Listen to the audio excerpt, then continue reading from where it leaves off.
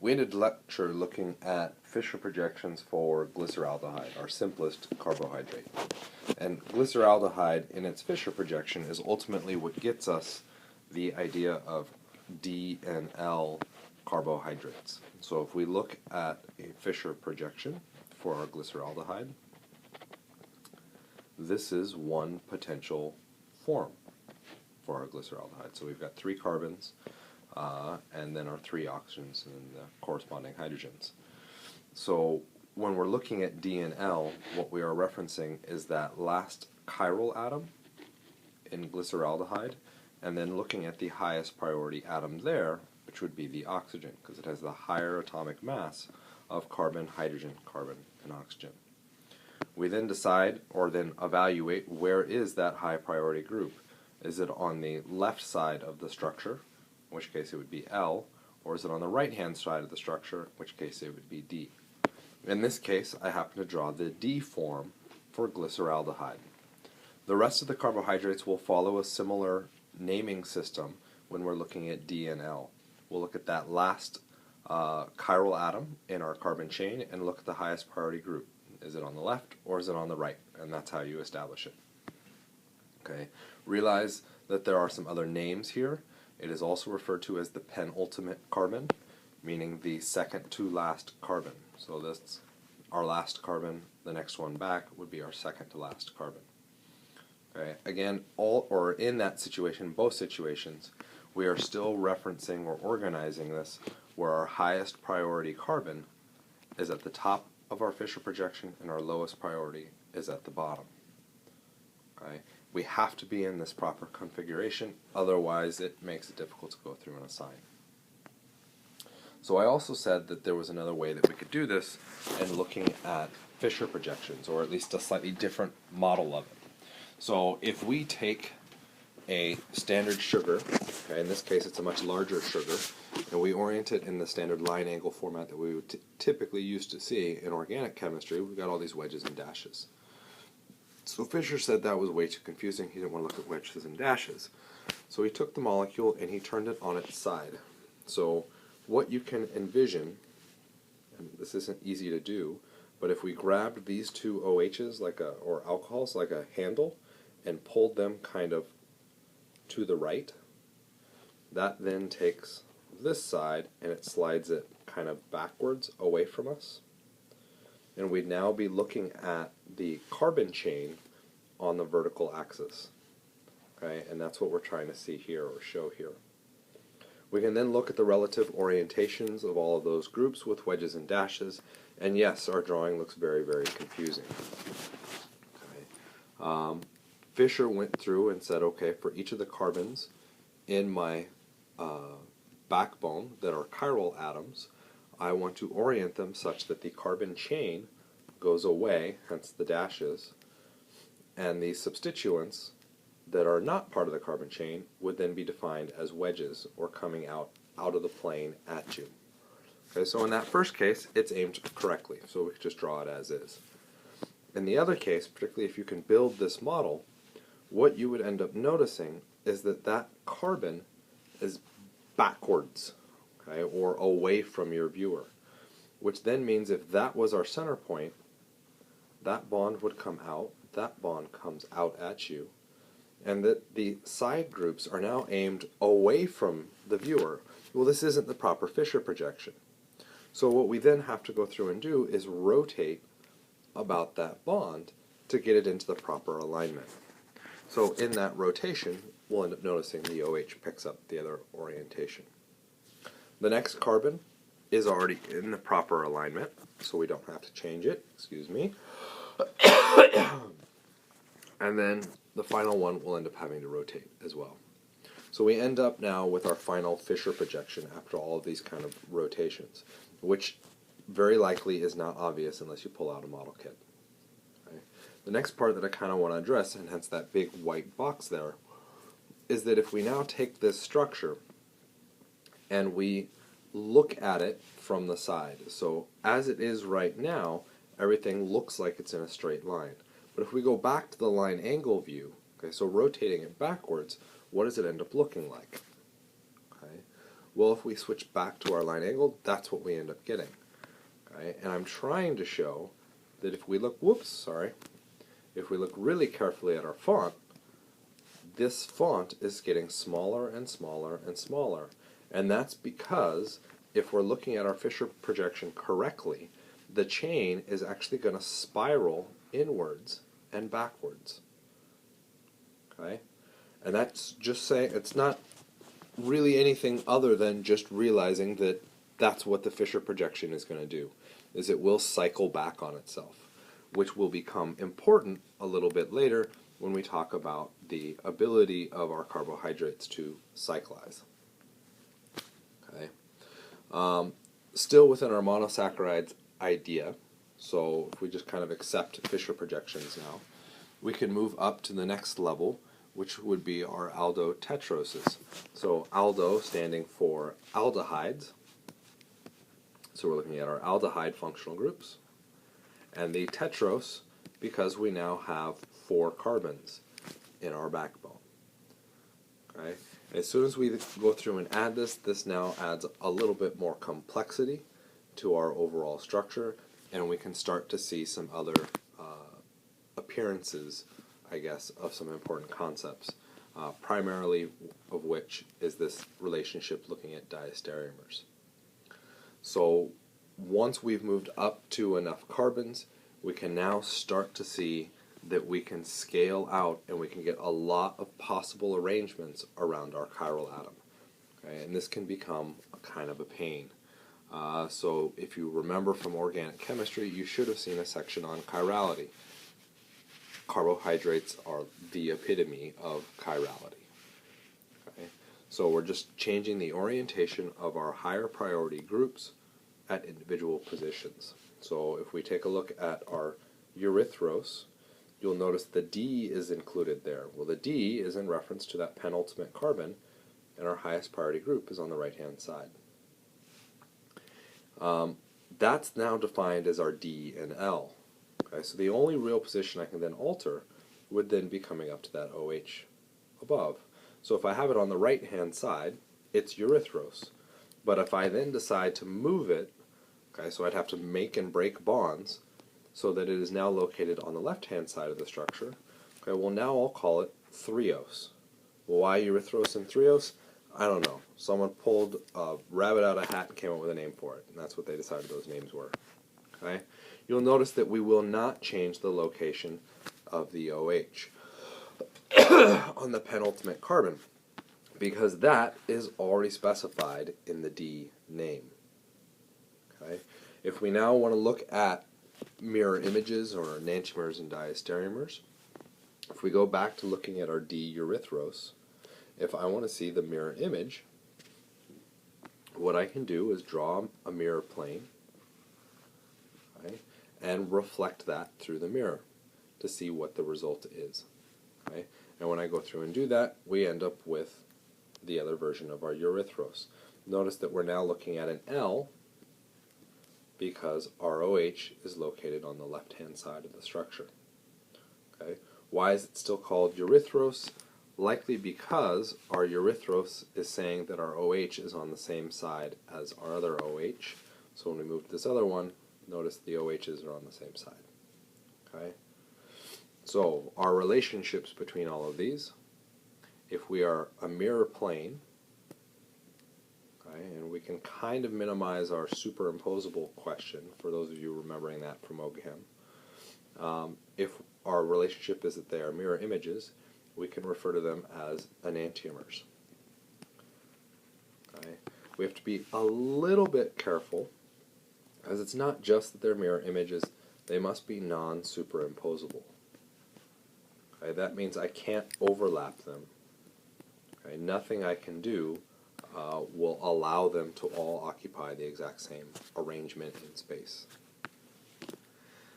The other relationship, which is the one up above, is diastereomers. Okay, so this is the same situation. We have non-superimposable structures, but they're not mirror images of each other. Okay, so when we're looking at our carbohydrates, you're kind of looking for these similar patterns and trying to identify those individual relationships as they appear within the sugars. It takes a little bit of practice to deal with chirality. If you need extra help, talk to me after class. What happens if we have more than 4 carbons? Well, it becomes kind of exponentially more difficult to deal with.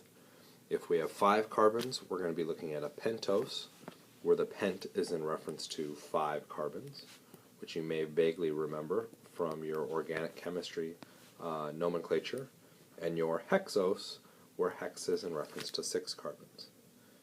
Okay. You'll notice in this case that I have not specified aldose or ketose, and that's because these general forms shown are showing an X above. Okay. The idea being is that we want to get an idea of kind of the base nomenclature system, which is not the nicest, but it's at least here, where we have our glyceraldehyde, where we have a single OH or a single chiral atom, your erythrose or your erythro type sugars, and your 3O that have 2 chiral atoms, where they're either on the same side or opposite sides. And then we can move up to our arabino, lixo, ribo, and xylo. Okay? And again, what we'd have to go through and do is look at the individual arrangements of where each of those pieces were. Okay? So we would again look to see that our 2 bottom ones are on one side and the other one's on the other. Okay? So it's trying to piece together those relationships. Knowing exactly why these are the names, unfortunately I can't give you anything for that. Okay? For the sake of this class, you don't need to stress about those nomenclature systems. Just be aware that when it comes to the homework, you may be asked what those individual names are. I expect you to look them up. Okay? So those are your basic skeletons. If we look at our aldose family tree, we're now taking those same kind of nomenclature roots, but now we're saying it's an aldehyde with that CHO system. So that is our standard for CHO. And what happens if we have 1 chiral atom, or 2 chiral atoms, or 3 or 4, and so forth?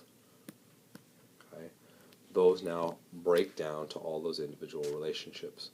So we can kind of partner and group them in such a way that it might be easier to go through and interpret the overall relationships. Okay? Again, it's just to give you an idea of what's going on here. I don't expect you to memorize these, just expect you to kind of see relationships between these structures. So, the next part of this is what happens if our sugar cyclizes. Okay, so as it forms a cyclic molecule. Notice that in the Fischer projection, when we looked at it from the side, what already started to happen? We already start to turn into a circle, which might be one of the reasons why Fischer came up with his initial assessment, is that when we look at carbohydrates, they very typically form cyclic molecules, because the cyclic molecules kind of close down some of that chemistry, makes it a little bit more stable and less reactive. When we go through to cyclize, if we are looking at cyclizing the functional groups on C1 to C5, we're looking at forming a hemiacetal, and we'll reference what that is in a little bit. If we end up looking at cyclizing using C2 to C5, we're looking at a hemiketal. Okay? The functionality that's involved in this is using the carbonyl compound, either the aldehyde carbonyl or the ketone carbonyl, to react with one of our alcohols. So if we look down at that structure in the bottom, we're taking this carbonyl and we're reacting it with one of our potential alcohols. The question becomes is which alcohol? Very commonly, it'll end up being this alcohol. Will come through and attack. So our alcohol will act as a nucleophile. In the case of the nomenclature of hemiacetals or hemiketals, if it's carbon number 1, we're starting with an aldose sugar, because we have our carbonyl at carbon 1. So our aldose, our al, is what's resulting in the A of our acetal. Okay? If we're starting with carbon number 2, what we're looking at is a ketose, because the carbonyl is now in the middle of the structure. So our ketose will become the K in our ketal. Okay, so that can help you kind of tie those names. Very typically what we'll be looking at is our hemiacetals, but the hemiketals are possible. When our structures cyclize, they can cyclize in a variety of ways, either resulting in a 5-membered cyclic ring or a 6-membered cyclic ring. And for those of you that remember from organic, that is because your 5- and 6-membered rings happen to form the most stable ring structures. Okay? Between those, the 6th-membered ring is the most stable, which is why it is also one of the more common rings that you see in biochemistry. We now need to come up again with a nomenclature system for this. If you see a 5-membered ring, you're looking at a pyran. If you're seeing a 6-membered ring, you're looking at a furan.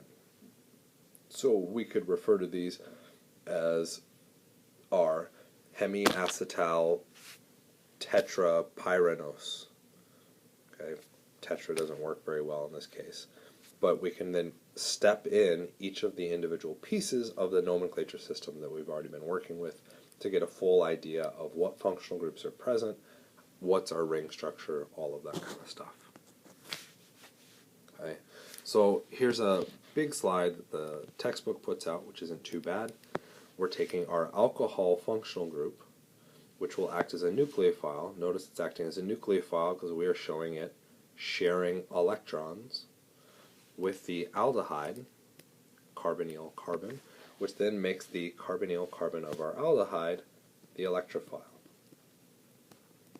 Okay, just trying to describe some of the chemistry that's happening. If we went through and looked at all the bonds breaking and forming, you would notice that this doesn't cleanly add up in a single step to the hemiacetal. We have to do a couple other stabilizing things, like the transfer of that hydrogen. Okay. For those of you that may remember or may not remember from organic chemistry, this can happen a second time with a second molecule of our alcohol. And what we would end up in that case, we would end up with this structure, and this one is what is known as our hemiacetal, or sorry, not hemi, we already did the hemi. This is our full acetal. So hemi just means part way to becoming an acetal. It turns out with our carbohydrates that the hemiacetals are relatively stable enough that we can actually form them in appreciable concentrations, and we typically, or at least we don't see acetals directly with our carbohydrates, okay, at least out of the gate. So, that is the basics of our reaction. How does that then tie back to, say, our Haworth projection? Well, in the case of our Haworth, what we're then saying is that this oxygen can come back and attack that carbonyl carbon. Okay? And if we count that out, we would have 1, 2, 3, 4, 5, 6 atoms in our ring, because we have to include that oxygen. Okay? If we wanted to spin this into the side view, or sort of side view, of our Fischer projection, that's where we end up with what is known as our Haworth projection, or Haworth projection. It's starting to move into that viewpoint. Okay? Because we have a 6-membered ring, we can refer to it as a pyranos. Okay? The last big issue within this is that this oxygen is sharing electrons with a pi bond, or a p orbital on that carbon, which means those electrons can either come in from the top, in which case the forming OH bond goes downwards, or those electrons could come in from the bottom, in which case our forming OH bond will go upwards. Well, this is going to change the orientation of that OH with respect to the rest of the ring, which means when we cyclize we get 2 possible products. And since again we now have 2 possible products, we have to be able to name the difference between these. Okay? So not only do we have this D and L system that we have to worry about, but we also have to worry about another nomenclature, which is alpha and beta. Okay?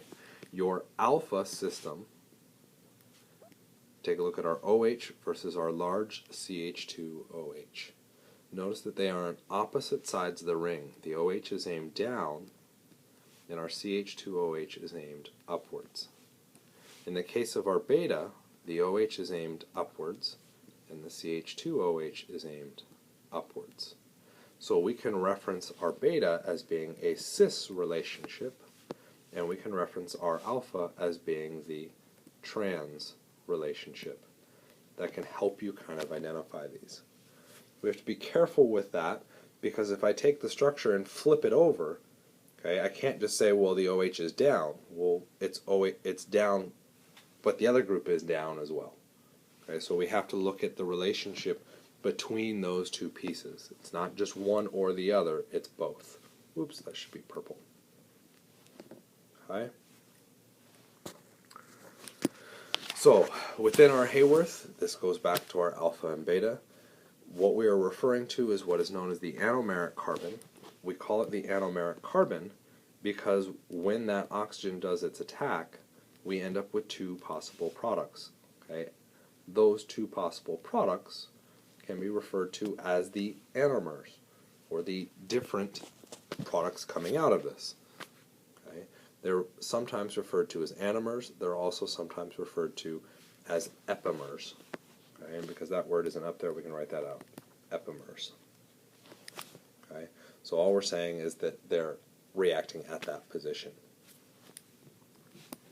So if we go through and again look at this, with these structures, our alpha means that our OH at the anomeric carbon, so that's our anomeric carbon, is on the opposite side as our CH2OH.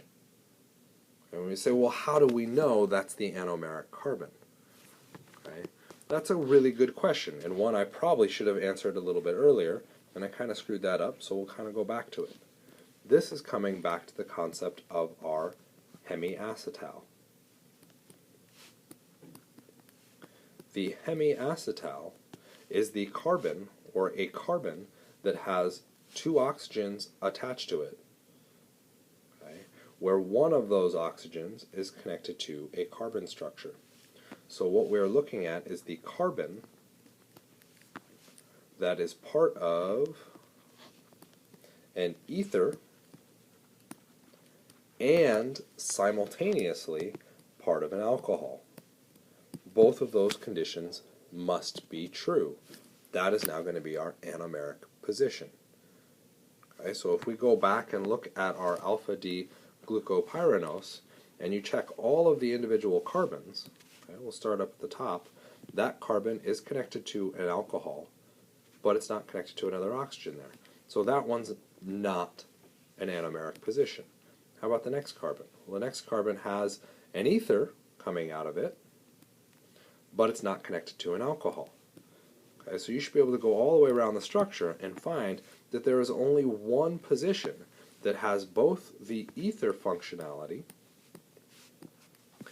and the alcohol functionality attached to it.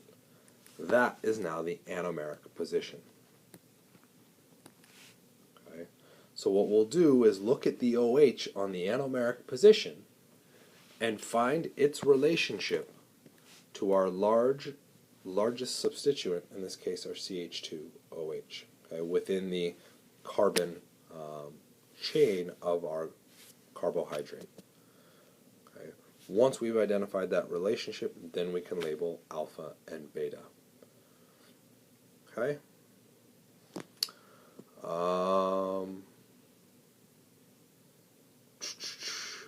I think that is it for this slide, so we'll go ahead and move on.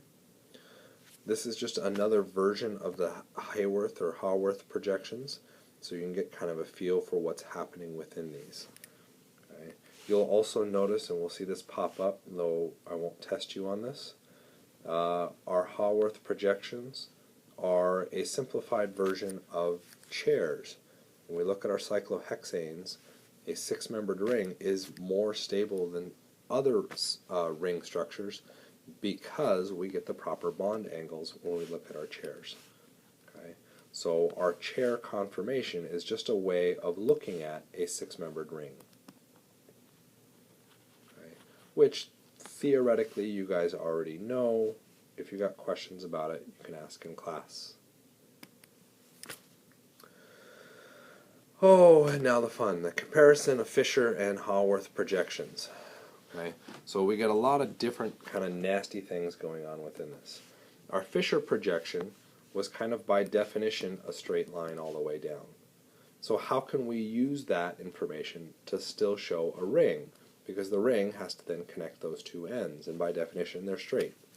So Fischer kind of fudged that by then saying that we're now connecting outwards, and notice that those points are now not carbons, which is a big distinction from organic chemistry. We're really just saying that this is one goofy, loopy bond all the way around. Okay?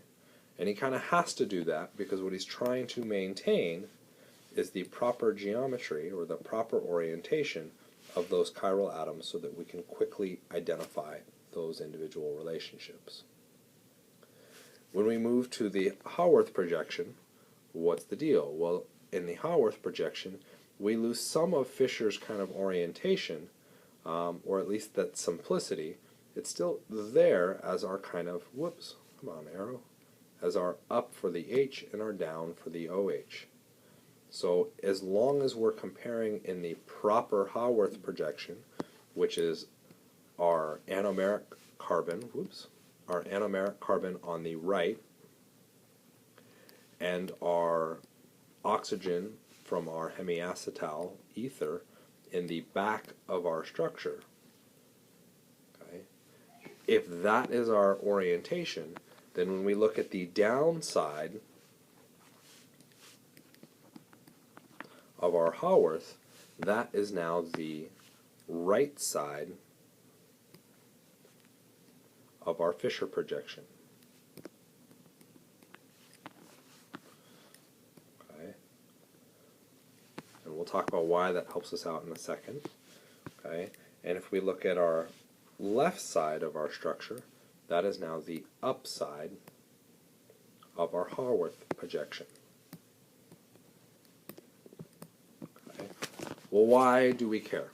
Okay. Well, the reason we care is that we still have to understand how we get our alpha, our D, and our L. Okay? So D and L still need to come out of this. If I give you a Haworth projection, you need to be, oh shoot, I shouldn't have done that. You need to be able to give me whether it was D or L. Okay, so let's take a look at some of the examples down below and see if that can help us out. So number one, there's our anomeric OH. On the same side as our CH2OH, the same side was our beta position, so the beta checks. Okay. The name here is also suggesting that it is a D glucose. Okay. Well, the D reference is saying to the penultimate carbon, so our last chiral atom, okay, which is back there, and it is referencing the relative orientation of each of those groups. Okay. And this is where things are going to get a bit dicey. If we go through to look at this, according to our Fischer, the upside should be on the left. So our CH2OH should be drawn on the left of our Fischer projection. Okay? And if we look to the left, we see not the CH2OH. Well, why not? In the Fischer projection, your CH2OH must be part of the carbon chain. So it has to be on the vertical axis. We can't draw the CH2OH there.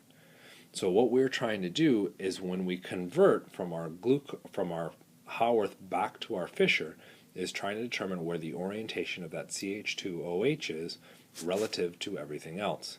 Okay? And that can be a bit kind of difficult and tedious when looking at our structure. Okay? So the best way to do this is to just kind of visualize as best you can the orientations of each of those positions. Okay? So, if we break this structure away, these atoms were all on the right-hand side of the structure. Okay?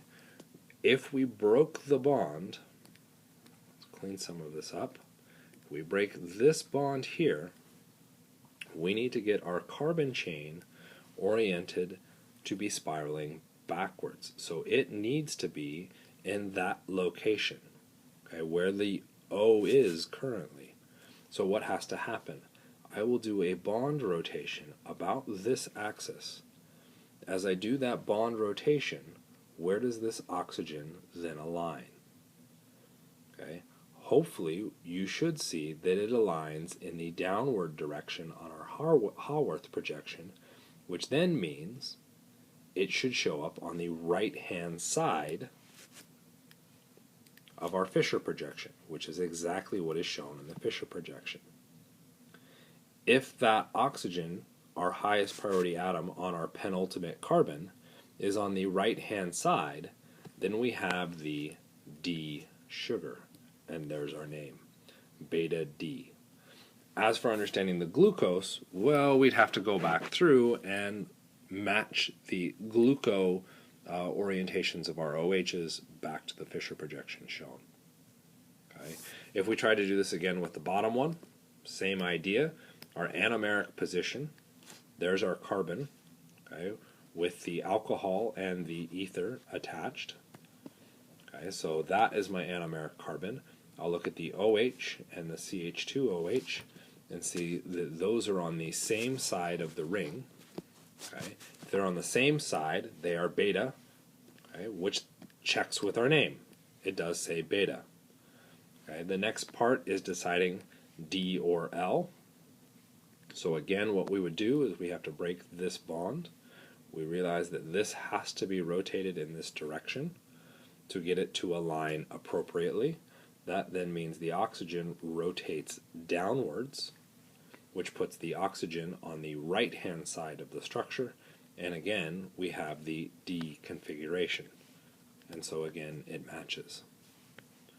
Okay, I've got a bunch of stuff scribbled up at the top one. So let's see if we can come up with that name, because my scribblings have covered up the name. Okay, so what are we looking at here? We find our anomeric position. There's our alcohol and our ether. And if we look at that position, the alcohol relative to the CH2OH, they are on opposite sides of the ring structure, which then makes this structure an alpha position, or an alpha structure, or the alpha anomer.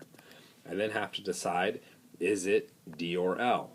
So again, I would break that anomeric bond.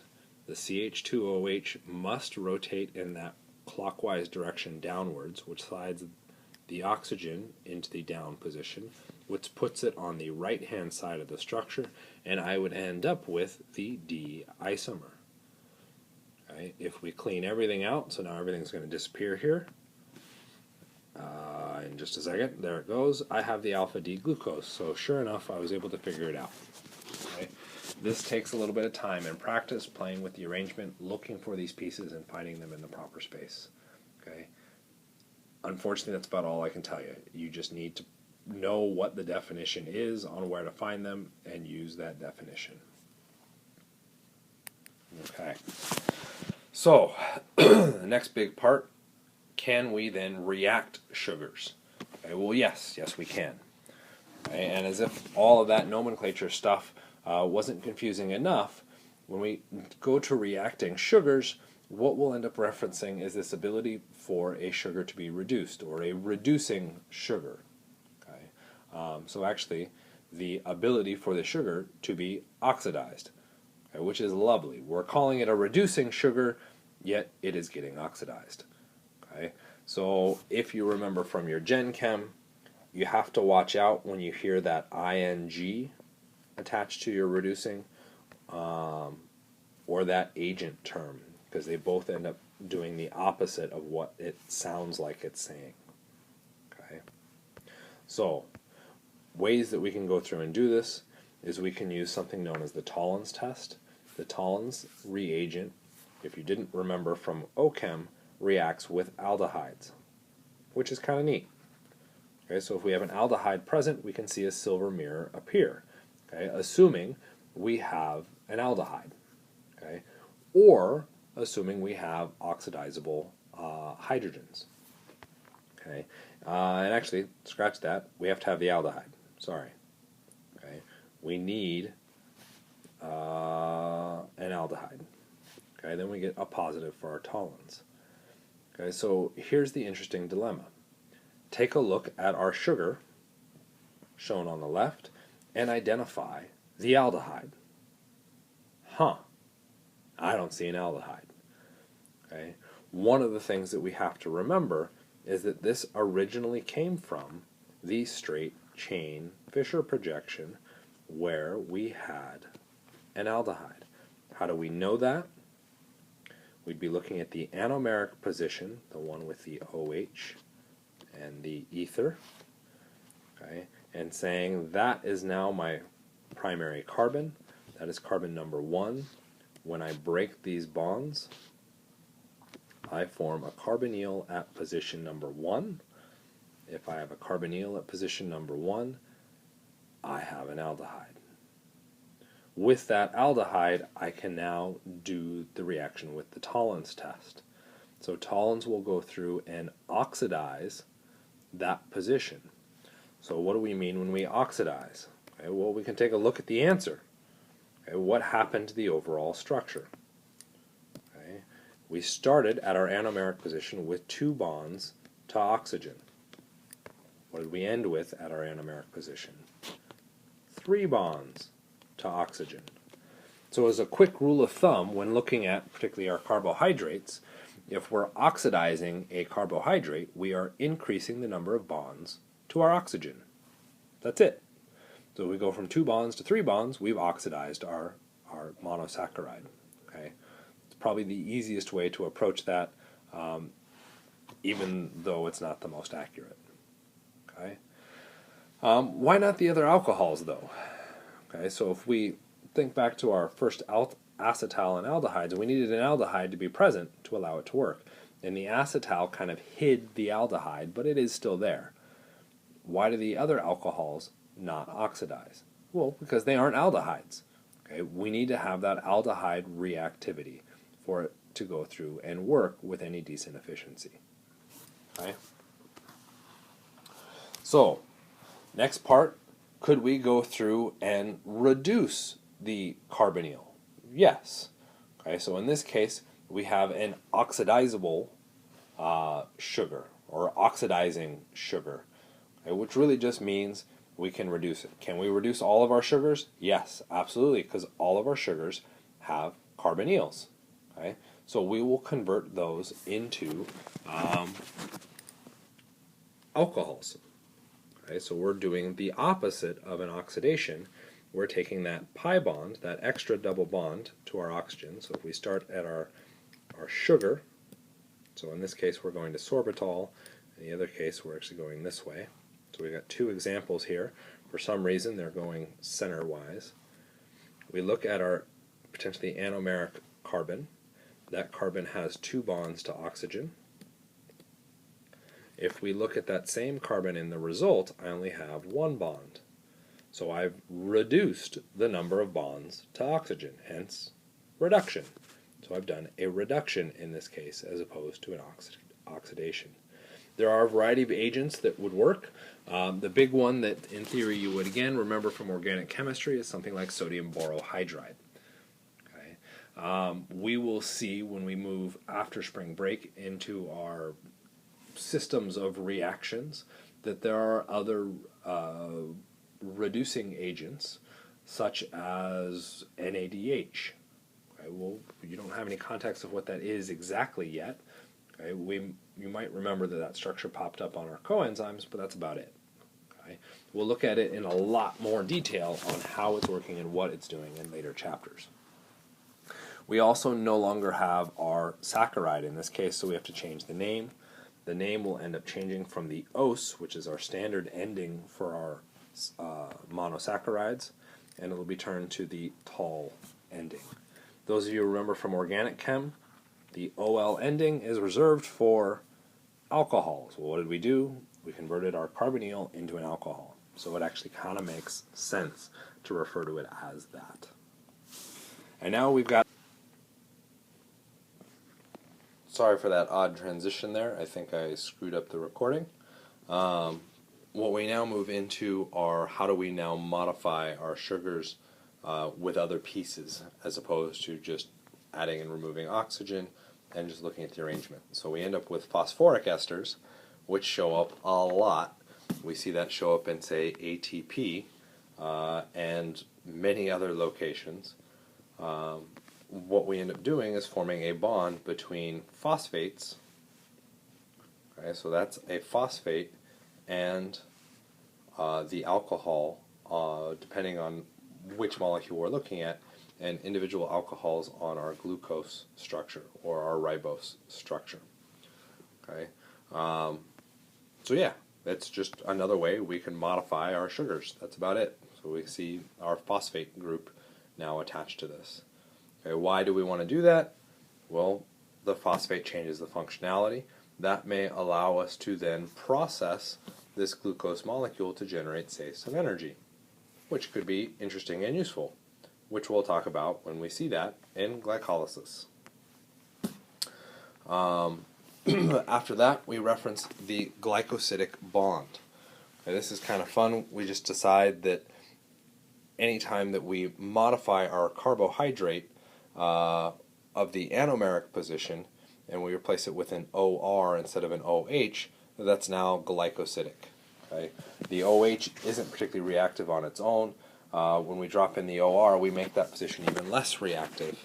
Okay, so we can hide the reactivity of our sugars. These, or that type of bond, will then be referenced as the glycosidic bond. Okay, and this is ultimately how we end up forming our polysaccharides and oligosaccharides. So here's our potential bond formation. Instead of us having an OH, we can change that to be a CH3O. Okay, so what ends up happening again, remember that what we are looking at on our structure is more appropriately a carbonyl. And so what we can do is have, we have a hemiacetal here. That hemiacetal can react with an alcohol in a way to trade out and form a new glycosidic bond. Okay? The mechanism of which you're not responsible for, but from OChem, if you remember your OChem, you typically have to have a strong acid, form a good leaving group in water.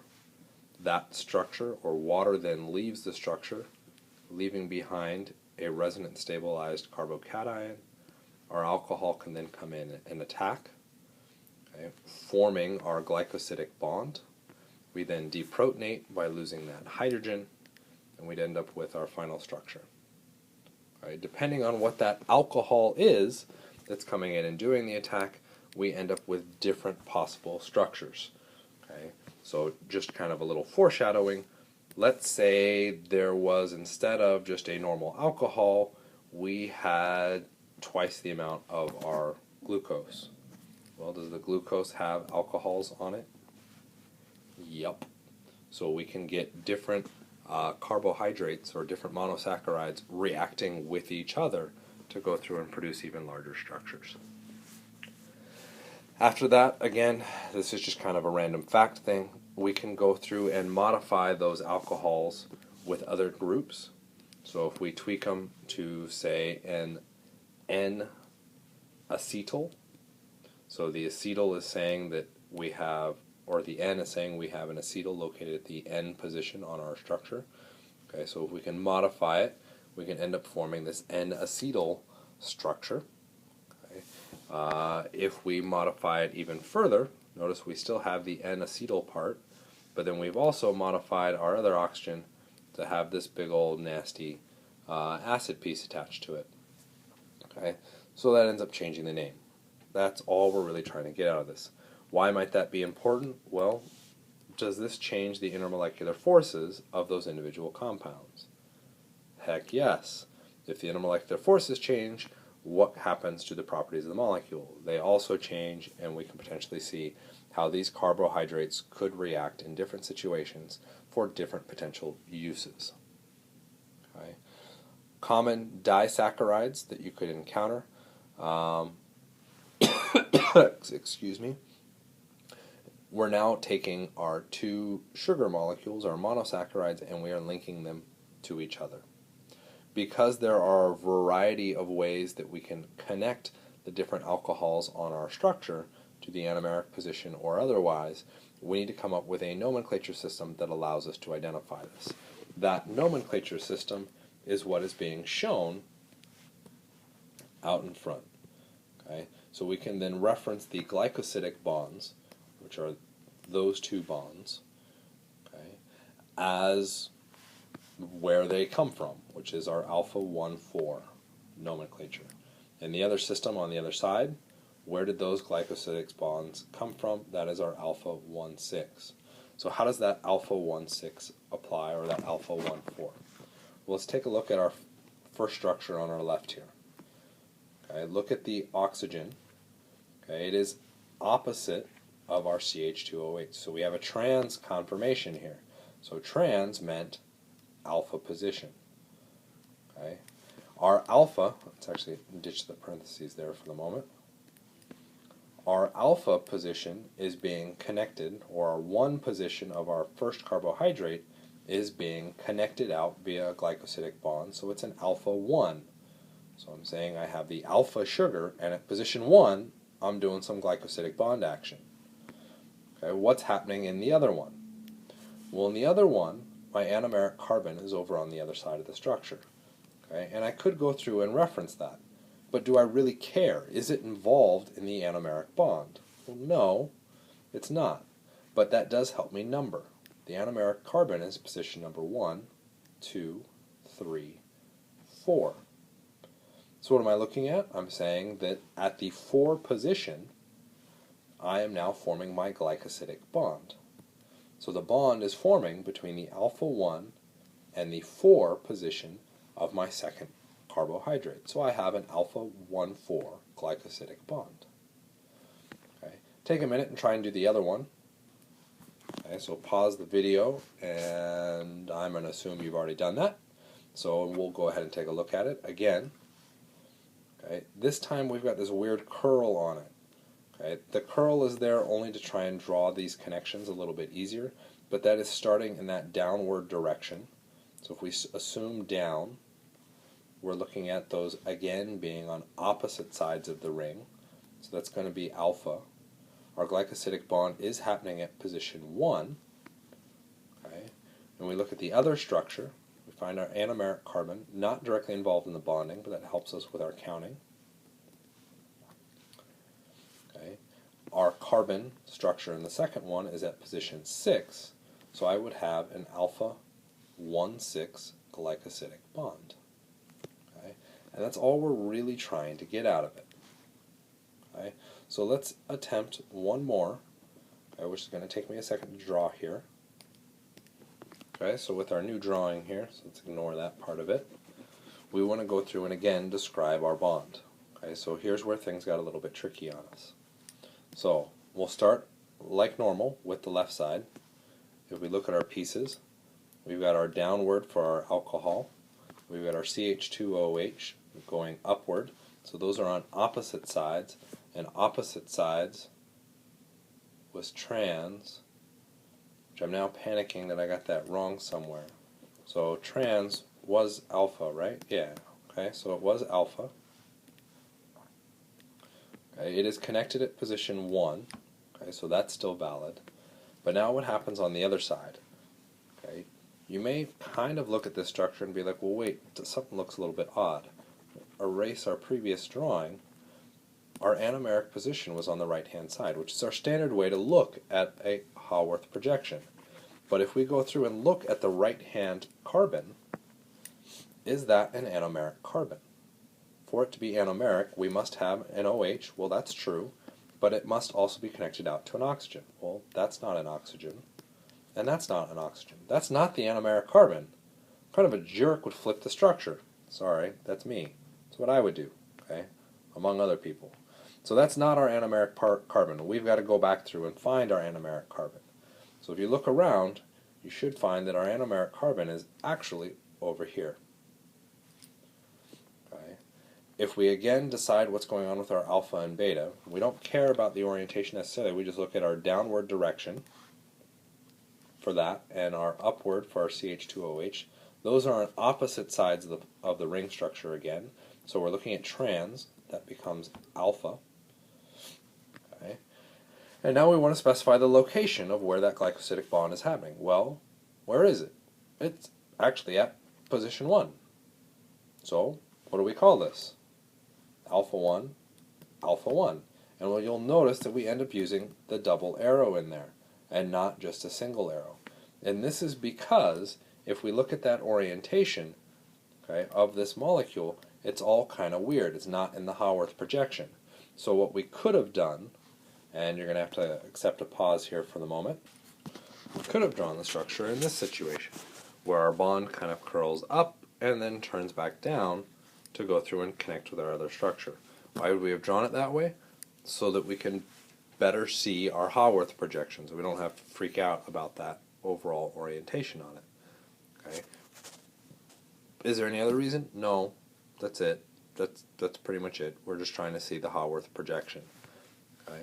Otherwise, we would move it into a easier to draw format, which may make it more difficult to assign our alpha, our L's and D's and all that kind of fun stuff. Okay.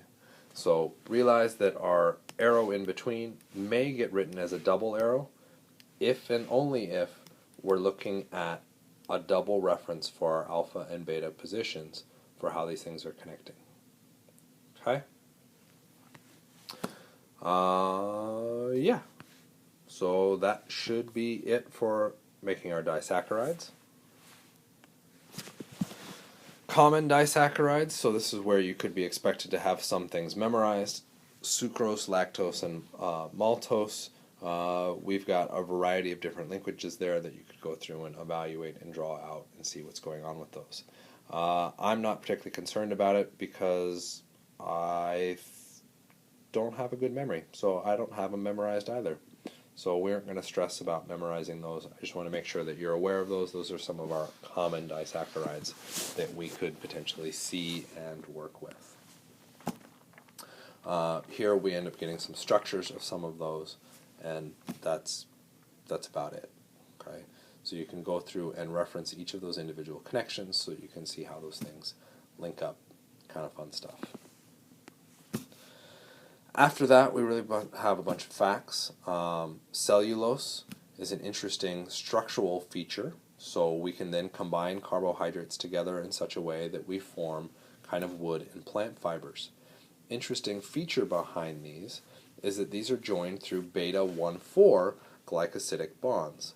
And that's interesting because the beta 1,4 position is not, or is an incredibly stable conformation for our carbohydrates. And that incredibly stable conformation then makes the structure very much less reactive. Okay, well, what was cellulose used for? Cellulose is used for structure. Do I want my carbohydrate to be reactive if I want it to be used as a structure? Well, let's think about the I-beams in the floor. Okay, do we want those things to be highly reactive like molten lava if we're going to walk around and use them? No, probably not. Okay, same idea is happening within our plants. We're taking advantage of the most stable conformations for our carbohydrate chains to generate a higher cross-linking and a more stable chain length for our cellulose molecules. Okay, so these really help out with our structure.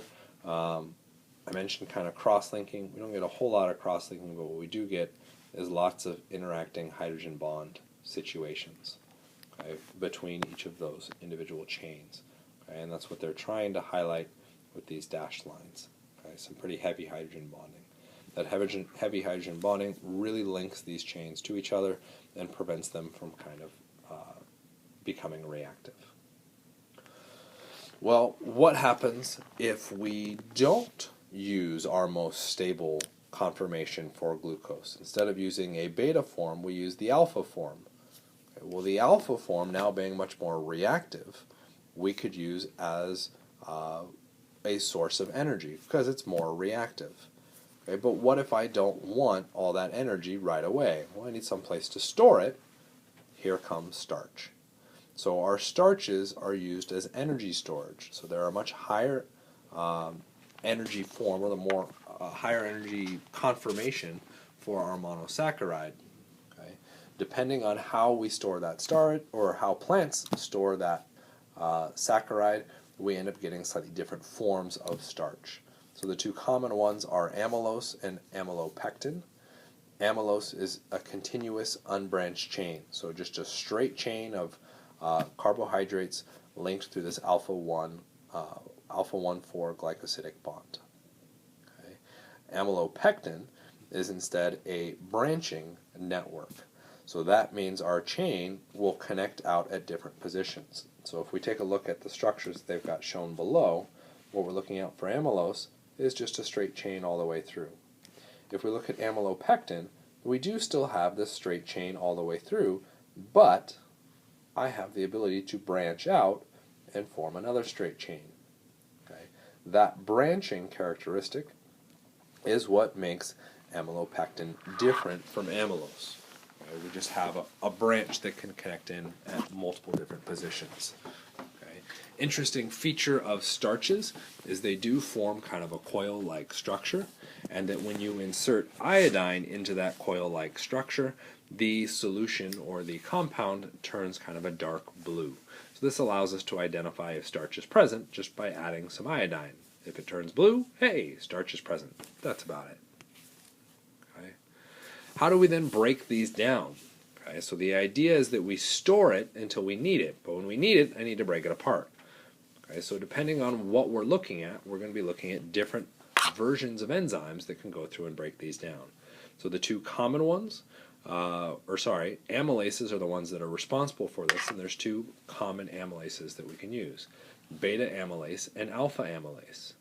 The natural tendency might be to say that alpha and beta refer to the alpha and beta that we've been talking about, but that would be incorrect. The alpha and beta associated with our amylase really just means discovered first, discovered second. That's it. Okay. The beta amylase is an exoglycosidase. This means it cleaves on the outside of the structure, hence exo. Okay. This is going to be a very, very slow process, because if we look at a massive extended structure, the exoglycosidase can really only attack at these ends, and it really can't do much else anywhere else. Okay, so it's going to be a slow process. The alpha amylase, on the other hand, is an endoglycosidase. This can get in and bust out the linkages in the middle of the structure. Okay, by getting into the middle, we end up then exposing new ends where the beta amylase can now function. Okay, so our alpha amylase is a rapid breakdown of the structure. Okay, and that can get us our sugar or our energy source very, very quickly. The beta amylase, while a little bit slower, kind of gives us a slow burn of energy. Okay, neither one of them does a very good job at breaking the actual branch point, okay, within our chain, so we would also need some debranching enzymes. So these just go through and help break that 1,6 bond, which we saw in the previous slide. I think it was the previous slide, yeah. They end up coming in and busting in and taking out that 1,6 interaction. Okay, so that's our other enzymes for the sake of this textbook, or the sake of this class. Whereas our amylase, our beta amylase, attacks out on this end, and then our alpha amylase can do pretty much whatever the hell it wants, wherever it wants. Okay, so we can get some quicker breakdowns. Okay. However, interestingly enough, neither of these can break the beta-1,4 glycosidic bonds. Okay, these are still just attacking the alpha position. Remember, the beta position was the more stable conformation for our carbohydrate. Because it was more stable, it was used for structure. So where did we see that again? Oh, that's right, cellulose. Cellulose gave us our structure. these amylases don't do a good job of busting down that beta position, okay, or that beta linkage. This I find kind of irritating, but it's just the kind of way it works. There is no starch in animals, okay, so animals will have to come up with a different process to store energy. So what they end up using is something known as glycogen, and it is roughly equivalent to amylopectin. Okay, it is a highly branched polymer containing D-glucose. We've got the backbone of the 1,4 glycosidic bonds, branches at the alpha and 1,6 glycosidic bonds. So pretty much everything about it is the same thing as amylopectin. Okay, so we might then ask, well, how do we break this down? Okay, well, we break it down using enzymes that do the exact same thing as alpha and beta amylase. Okay, why do we call them all different things? Because they're sourced from different locations. Okay, the functionality is the same, but how we made and build those individual pieces is different. Okay, kind of a way that we could describe this was if we look at, say, a car, how we get around, we might look at, a car. Okay, if we then look at, say, a bus driver, well, they're still driving the same kind of thing that we would drive, except it's much, much larger. It has a slightly more specialized use for it. Same kind of thing is happening between starch and animals. After that, we're kind of just into just crappy summary of all the individual pieces. Chitin can be used as another carbohydrate. Notice you'll see that we've got the N-acetyl popping up again, or finally popping up. This is what's actually causing some of the very high hydrogen bonding interactions that we would expect within an exoskeleton, okay, to really build in that strong structural aspect. And that's what's happening within chitin. It gives us that exoskeleton. Interestingly enough as well, not only do we have this increased hydrogen bonding, but what type of glucose did we end up forming, or carbohydrate do we have? Notice we again see that beta conformation. Okay, the beta is exceptionally stable, lends itself to structural aspects because we can't really break it down.